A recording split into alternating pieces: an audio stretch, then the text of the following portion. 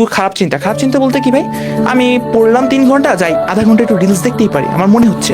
কিন্তু ভাই তোমার পড়ার টেবিলের সামনে তোমার মা বাবার ছবিটা রাখবা, এক মা আর হচ্ছে বাবা, এই দুজনের ছবি তুমি রেখে তুমি চিন্তা করবা 2টা মিনিট রিলস দেখলে এই 2টা মানুষের তোমার রেজাল্টে 2 মিনিট পর বা 2 সেকেন্ড পর কি অবস্থা হবে। তুমি 2 মিনিটের রিলস দেখতে না দেখে তুমি 2 মিনিটের 3টা কোয়েশ্চেনে অ্যান্সার করে 3 মার্ক পাও, তুমি 3.75 মার্ক বাঁচাচ্ছ।